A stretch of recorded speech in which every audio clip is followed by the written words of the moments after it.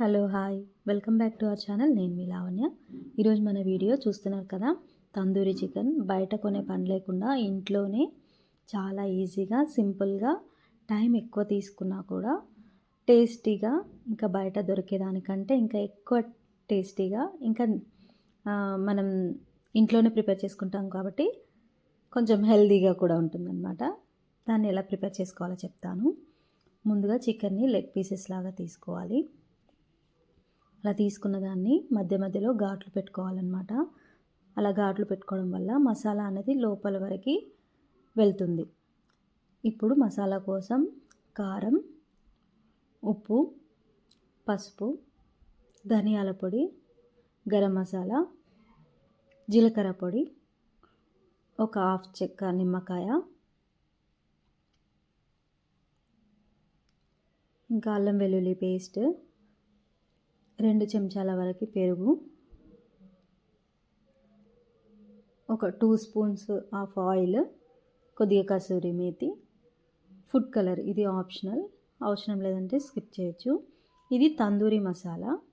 ఇవన్నిటిని వేసుకొని బాగా మిక్స్ చేసుకోవాలి, బాగా కలుపుకోవాలి మసాలా. ఇలా కలుపుకున్న తర్వాత మనం ఇందాక ఘాట్లు పెట్టుకున్నాం కదా, ఆ చికెన్ పీసెస్కి బాగా పట్టేయాలన్నమాట. ఇట్లా అన్ని పీసెస్కి మసాలాను పట్టించేసేయాలి. ఇలా మసాలాను పట్టించిన తర్వాత ఒక 4-5 నిమిషాలు దానికి బాగా మసాజ్ లాగా చేయాలన్నమాట. ఎందుకంటే మసాలా అనేది లోపలి వరకు వెళ్తుంది. మనం ఘాట్లు పెట్టుకున్నాం కదా, ఘాట్లలోకి వెళ్ళే వరకు బాగా మసాజ్ చేసుకోవాలి.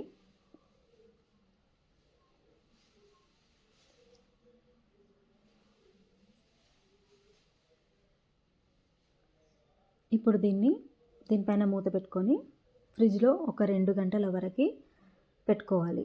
2 గంటల వరకు పెట్టుకున్నాం అనుకోండి, మసాలా లోపల వరకు బాగా అబ్జర్వ్ చేసుకుంటుంది.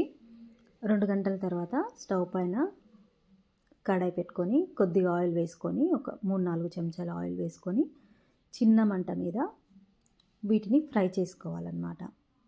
మనం ముందుగా మసాలా పెట్టుకున్న పీసెస్ని ఫ్రై చేసుకోవాలి. మధ్య మధ్యలో టర్న్ చేసుకుంటూ ఫ్రై చేసుకోవాలి. కావాలంటే దీన్ని స్టీమ్ కూడా చేసుకోవచ్చు, కానీ మసాలా అనేది అంతా పోతుందన్నమాట. ఇలా అయితే బాగుంటుంది, మసాలా అంతా దానికే పట్టుకొని ఉంటుంది అన్నమాట. ఇట్లా మధ్య మధ్యలో టర్న్ చేసుకుంటూ ఫ్రై చేసుకోవాలి. ఇలా కాకుండా మీకు ఎయిర్ ఫ్రైయర్ ఉంటే ఎయిర్ ఫ్రైయర్లో కూడా కుక్ చేసుకోవచ్చు. ఇలా అంతా ఫ్రై అయిన తర్వాత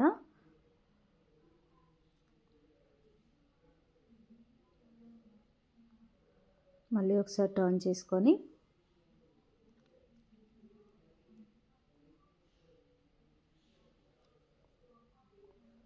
చిన్న మంట మీదనే కుక్ చేసుకోవాలి, లేదంటే అంతా మాడిపోతుంది అన్నమాట.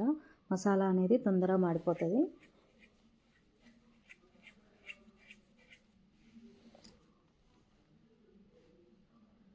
ఇలా కుక్ అయిన తర్వాత మనం పుల్కా ప్యాన్ ఉంటుంది కదా, పుల్కా మేకర్ ఉంటుంది కదా, దానిపైన ఒక్కొక్క పీసులు పెట్టుకుంటూ టర్న్ చేసుకుంటూ 1 నుంచి 2 నిమిషాల వరకు ఇలా కాల్చుకోవాలి.